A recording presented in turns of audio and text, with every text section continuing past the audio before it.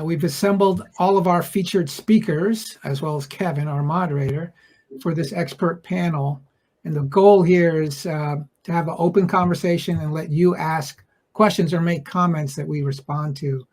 So please use the Q&A tab to insert your questions or comments, and we will inject them into the discussion. It's always a lot of fun when we do that. So before we open up the panel to a broader conversation with all of you out there in the audience, I have a few questions myself for the panelists, and they might have some questions for me. All's fair game here. So Rick, I'm going to start with you. In your presentation, you talk about component data products. So just to be clear, because defining data products is the big challenge, are you talking primarily about reusable SQL code that data engineers or analysts can create, store in a repository, others can use and reuse to create other data products, maybe higher level data products? Is that kind of the conception? It can be code, certainly. It also can be data sets, right? So, it really depends on what the structure is that you're after, right? My point is you got to make data available from the foundation. And in analytics, we got a lot of complicated calculations, and we need to expose them to the business, right? Yeah. And we expose them as components, right? That can be plugged and played and built together. Certainly when you're assembling them, in most cases, you're assembling what ultimately is blocks of code, although you don't really have to think of it that way. It's a component, it has an interface, you can call it and use it anywhere you need to. So let me ask you, how much reuse do you normally see with these types of components? Can you put your finger on that in any way? Well, I don't know that I have any stats. I can tell you that what we see is that most organizations have these big complex pipelines before they start embracing this idea, right? So, they get data, they've got 2,000 lines of SQL, and buried in that SQL is 3 calculations that they need to use over and over again. And if somebody needs to use that, they have to pull apart the 1,000 lines and figure out where that calculation is, right? That's the state of play of most analytic pipelines, I think, across the world. Others, ourselves included, have said, look, we got to break these into components that we can reuse. So, right. So your tool not only helps them generate the code, but you actually have I think you call it analytic repository, where they can store the important things they create for others to use. That's right. And a publishing process where what's in the catalog you can trust. It's certified, it's versioned, it's owned, and it can address a specific thing. And that both allows somebody to quickly, a new analyst who needs to understand the calculation for promotional profitability, kind of a complex calculation, they can just grab that calculation. It's a reusable component, and they can assemble it with other things. Excellent. And I think that's critical to a world where we have both overloaded workloads for data teams. We have people on the edge needing to be able to get to that data themselves. And we have this need to ultimately support things like generative AI that are going to be able to find standard calculations for key analysis. Right. Well said. All right. Let me turn to Anthony. So, Anthony, it seems that your conception of a data product is also foundational, like Rick's, but it's more of a golden record, along with functions to filter, modify, and monitor that record, make it really usable for business users. So is that a fair statement? Yeah, totally fair statement. I guess the only thing I would add to that statement is the use of, or the reliance on, AI as a mechanism of achieving that goal. And the reason I think this is important is that the idea of a golden record is certainly not a new idea. The issue is that generating those golden records historically has been a time-consuming, challenging, human-intense task that is fraught with failure. And, or as I like to joke, I've never met anyone who was excited to be a part of an MDM project. So, Yeah. So, which is a snarky way of saying it hasn't worked.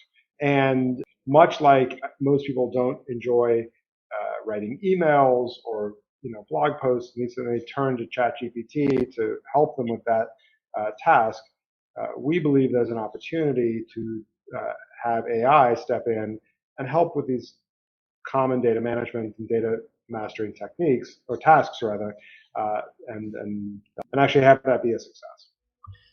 Yeah, I like your comment about MDM. We need a lighter weight, quicker way to do data mastering. And I say that from experience because a lot of our clients, they bring us in to do a data strategy and they say, oh, yeah, we're trying to do MDM, but it's never worked. And, it's almost like it's too big of a hairball to even touch. So, sure. And the reason it's too big a hairball is because there's too much data and it's a largely manual task. And so when you're faced with a large manual task, then naturally the only mechanism of fixing that problem is to throw people at it or lock it down, make it a task that no one is involved in because we're not going to change anything. God forbid we change anything, right? And both of those fail. One fails because of cost, and one fails because of flexibility.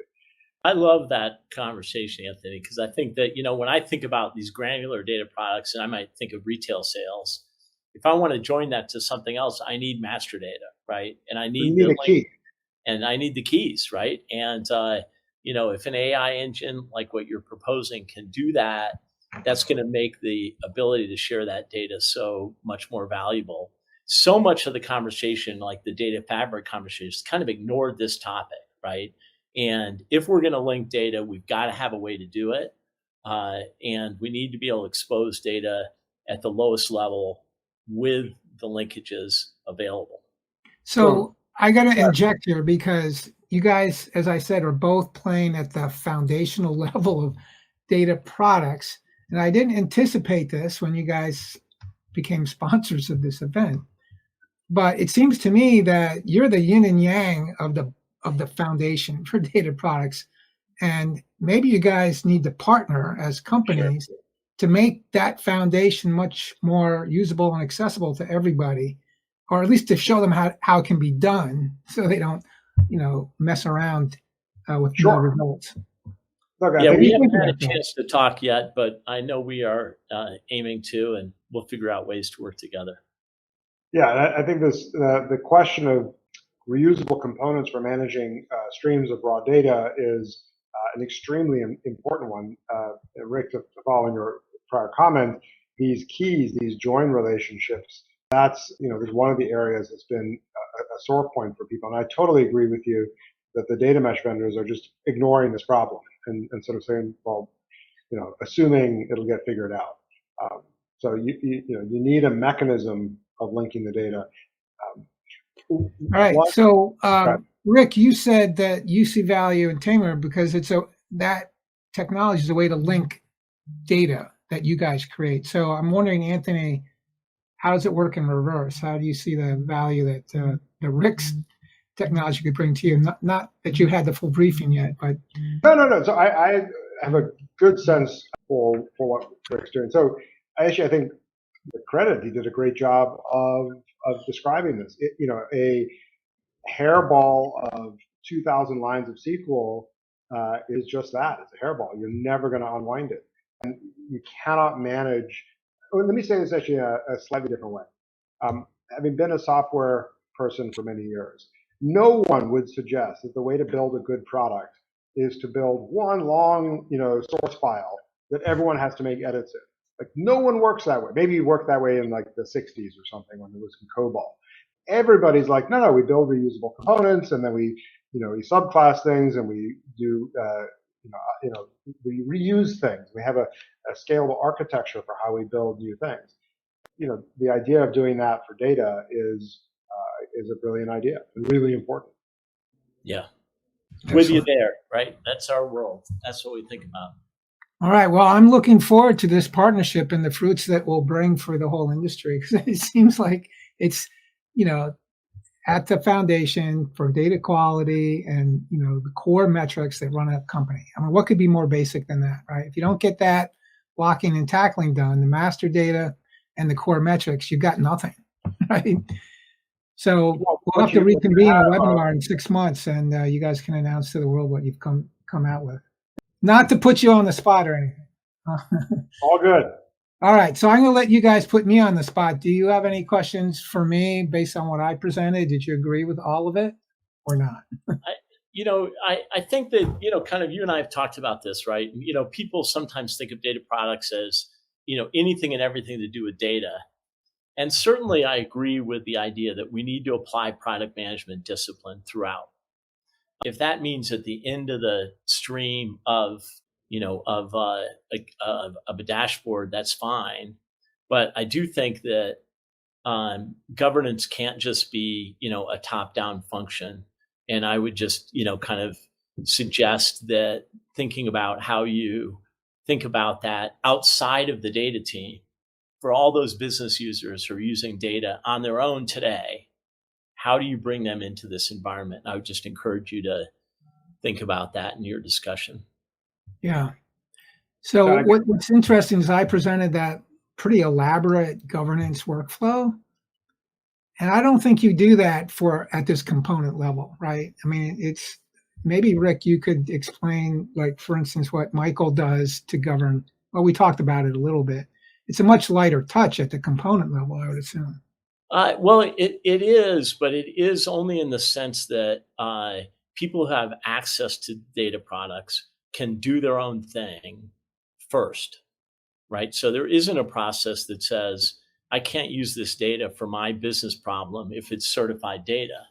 The process then of publishing that, which is essentially the governance process, is a simple process in our world. It's really, you call it an approval process that's built right into the tooling without a giant council. So somebody has the authority to approve a component to make it available to others. So if I have access to 3 data products and I can build a fourth, I can build that fourth myself in my world. If I want that fourth to be published and used by others, it has to go through a publishing process to make it approved, so that now the catalog, what we call the analytics catalog, is stuff that anybody can trust, or anybody who has security access to certain components can trust. So it's just the bottoms up process for us is just the process of validating which things get published and used. Yeah. So that approver is what? The head data engineer, head data analyst? They kind of have a product role, right, for that particular segment, but they can be, a lot of organizations do it differerently. I think in Michael's team, his product owners are the ones who are ultimately approving additional stuff. I don't think in his world, we'd have to ask him. I haven't had a chance to talk to him about this. He has business teams who are actually building their own products out of products, right? But that is certainly something that we see. Yeah. Well, Anthony, you were about to say something. Yeah, so I was going to give you, so if I had feedback for the way you framed the data product story, I would encourage, you framed the problem as sort of tooling up, and I would think about these consumption endpoints back. So rather than thinking about it from the entity or from the type of the consolidated set of data that matters, rather than trying to think about, whether it's code or the artifacts that sit behind that. And the reason I argue this is important is that it follows a similar both problem and also opportunity when it comes to building real products or consumer products or any product-oriented thing, which is we tend to think about the tools we have and the assets we have, and then to decide what product we could build with it, as opposed to starting with the user need or the customer pain and working backwards and saying, okay, well, given that the world needs this, how is it we can construct a this? Yeah. Totally agree. Yeah, thinking right to left. Sometimes they say from the business back to the technology. Wholeheartedly agree. And that came out in the survey responses that, people wanted to define your use cases up front, which means you got to know who you're targeting, talk to them, find out what they need, and then go see if you can turn it into a product. So wholeheartedly agree. Kevin, do you have any questions from the audience for us? Yeah, we've got some very thoughtful contributions here. One I want to highlight, which is, let's talk about data mesh and maybe drill in a little bit. The data mesh is defined, as we know, by Zhamak Dehghani, includes data products. It also includes sort of a shared governance framework, a data sharing platform. And I think that the data product is one pillar, one of the several. And perhaps you could talk about other aspects of the data mesh, where and how they apply to this discussion. Well, I mean, I'll start because I think we'll give Data Mesh some credit for kind of kicking off this whole data product mania, if you can call that. I'm not quite sure it's mania, but there's a lot of interest, obviously, in data products. And it's a good thing because, as I argued, and as our other panelists argued, there's a lot of value in them in terms of delivering trustworthy, reusable components that can be shared across organizational boundaries. The one thing that the data mesh methodology from Shamak missed was you got all these business domains that are highly autonomous building their own products. How do you share them? So right in the middle of all the domains was the missing piece, which is the data market, really. And I know companies that are long down the path of data products have built that themselves. They've built both local catalogs of products and then an enterprise data mart that kind of taps into all those local data marts. And that's kind of what I showed in the kind of the reference product organization architecture. So I agree with a whole lot more of what Zhamak has said than I disagree with. But so I certainly agree with data products. I agree with pushing ownership as close to the source as possible. I think she's onto something there because we do see data down through these pipelines get errors that nobody knows where they came from. I also think that, the essence of what she's talking about, which is, kind of data is distributed, that's really important, right? So, and I think Anthony also talked about it. We see the big cloud vendors all pushing to, I'm going to put all your stuff in Snowflake or put all your stuff in, whatever, right? It's like a sheep in new clothing, right?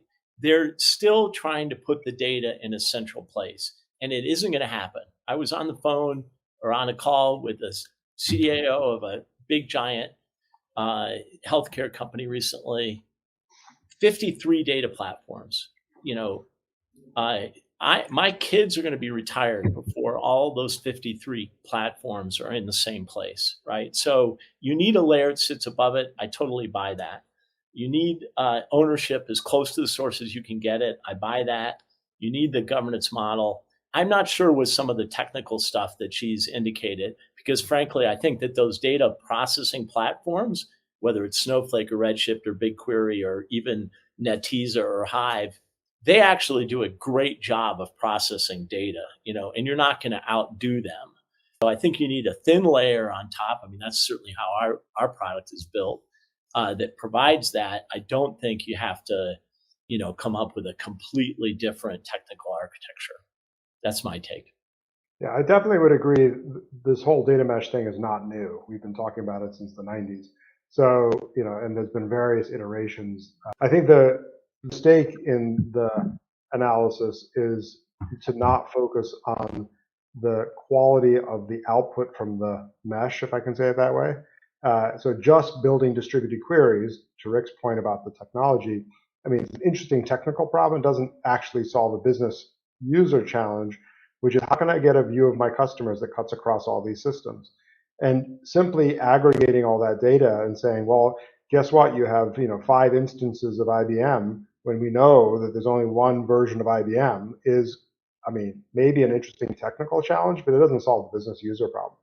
And so getting back to thinking about what problem am I trying to solve? I want to get a single view of my customer. Okay, great. Is that a distributed query problem, a la mesh? Or is it a quality problem that I don't really understand how these systems, in my example, link the customers together? I argue it's much more the second problem versus the first. We've had ways of doing distributed queries for 25, 30 years. Yeah, we talked about the mesh and fabric at the last TechVent in August. And my response to all of these architecture discussions is that I agree wholeheartedly with everyone, which means the real solution is federated or hybrid, like I presented in my keynote, is that you need both central and distributed capabilities, and they need to work together to make to get the best of both worlds and none of the downsides of either. So we need distributed processing, especially in companies that have had a lot of M&A. You need domains that are empowered to create their own products, but you also need strong central governance and a strong central data platform and a strong central data team that sets standards that get automatically enforced at the point of product creation in the domains. Anyway, I'll get on a soapbox if I say more. So let me turn it back to Kevin, see what other questions there are in the few minutes we have left. Yeah, that's great. I think there's a good question, which I think Anthony and others have addressed, the notion of people being the first mile or the last mile. Anthony talked about starting more on the consumption side than the production side, I think in part to address some of the people elements.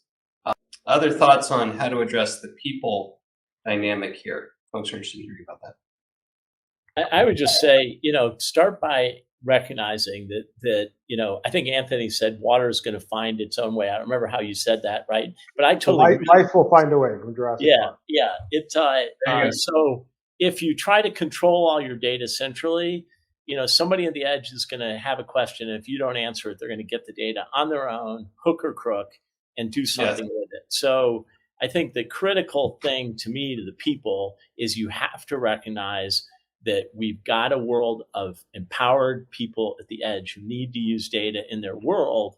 And we cannot think of ourselves as a data team and then a bunch of consumers.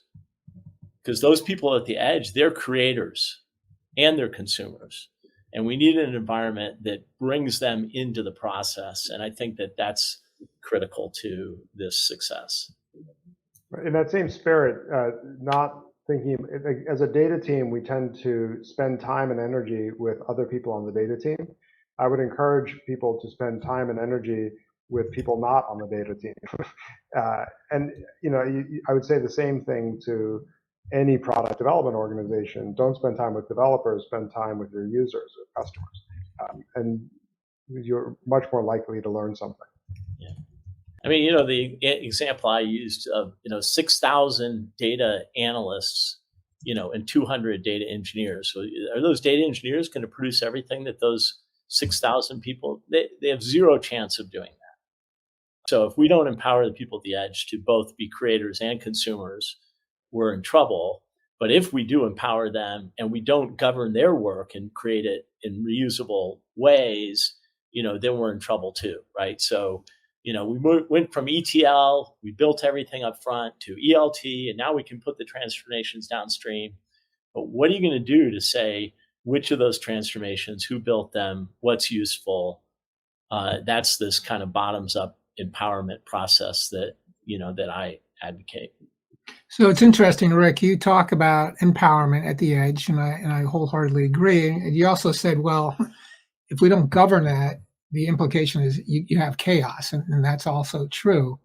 So what I'm seeing in data mesh implementations or distributed implementations is that companies are using, the data teams are using tools like Tamer and data observability tools to actually certify the products that are getting built, that they meet data quality and consistency rules, so that what gets built gets delivered. So I'm wondering if that might be kind of a fundamental way you guys can partner as companies. Yeah, certainly when it comes to the joining aspect and the master data bit, I think that's true. I mean, to me, the stuff is happening at the edge, whether they like it or not. We can, put our head down and pretend it's not happening, but there's God knows how many Excel spreadsheets out there where somebody's pulled some data. So they're going to do it. Now, how do we make sure that they're doing things in the right way? Is we have to make it easy for them to reuse certified logic and to publish that, right? If the tool where you go get that logic is different than the tool where you're managing it, you got this swivel seat. I think that's kind of a problem. So what we've done is we said, look, we're going to make that catalog directly accessible. We're going to make the publishing process right part of how those end users use data. And, then it's going to build up from there. And, and as I said earlier, look, open source software has worked, right? People can do this. But data teams have not yet really embraced this idea of distributed creation. And those edge people, they're not users. We should stop calling them users. They're creators as much as they are consumers. And that needs to be part of our world. So, Kevin, we probably have time for one more question. Yeah. We've got a bunch here. So which one do you want to ask? Well, I actually want to ask one that I probably wrote down from a prior session and was maybe repeated here, which I thought was great, which is how do you set up a program, an economic value program to assess the revenue and the profit potential of what you're doing with these data products? Maybe you guys could double click on that. I would think about assessing the value as there could be hundreds of sources, and then there's one output, lack of a better term, table that's consolidating and rationalizing all of those sources.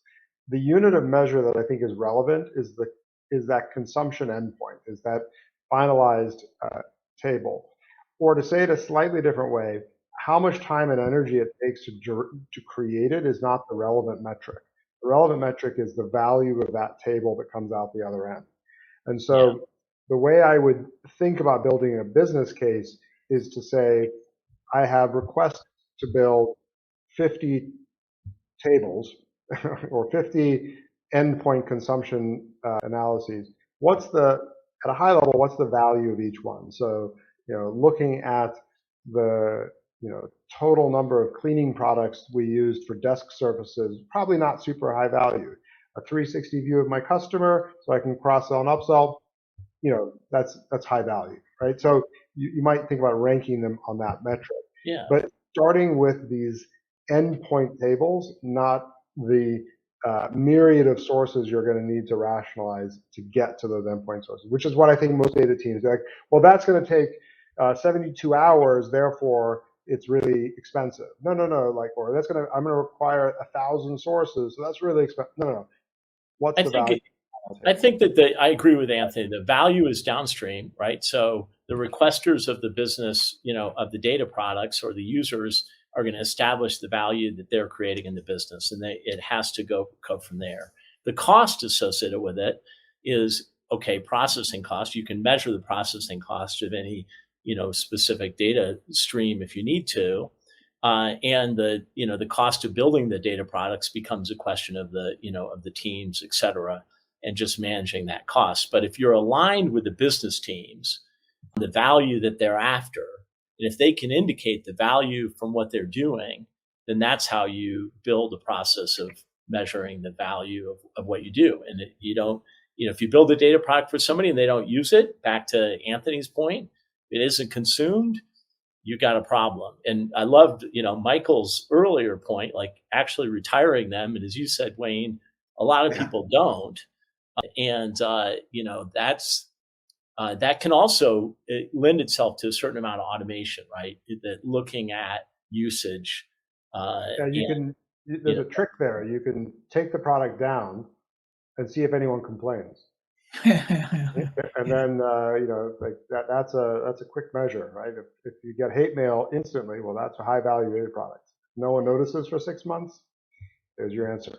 So I've known some companies that are actually very militant about not building anything, not using the resources of any data and analytics team to build something unless it has a quantifiable value associated with it. Now that's pretty militant, as I said, to have a quantifiable ROI. I've seen companies that also have kind of a subjective scale that they associate with output or products. I think whatever the case is beyond what the ken of what most data teams are capable of doing. So in those instances, if you really want to define the value, you need to team up with your financial department because one, you're not going to have any credibility as data professionals putting a value on something that you create, and you need an outside objective source who's got the financial skills to do that. Sure. So the finance team is perhaps the arbiter. The business team or the users are the ones who can indicate value, right? Exactly. And it's not that hard, really. I mean, it takes some process. Not hard, but you do need to make a point of doing it and reserve time and space to do it and get the people in the same room hash it out.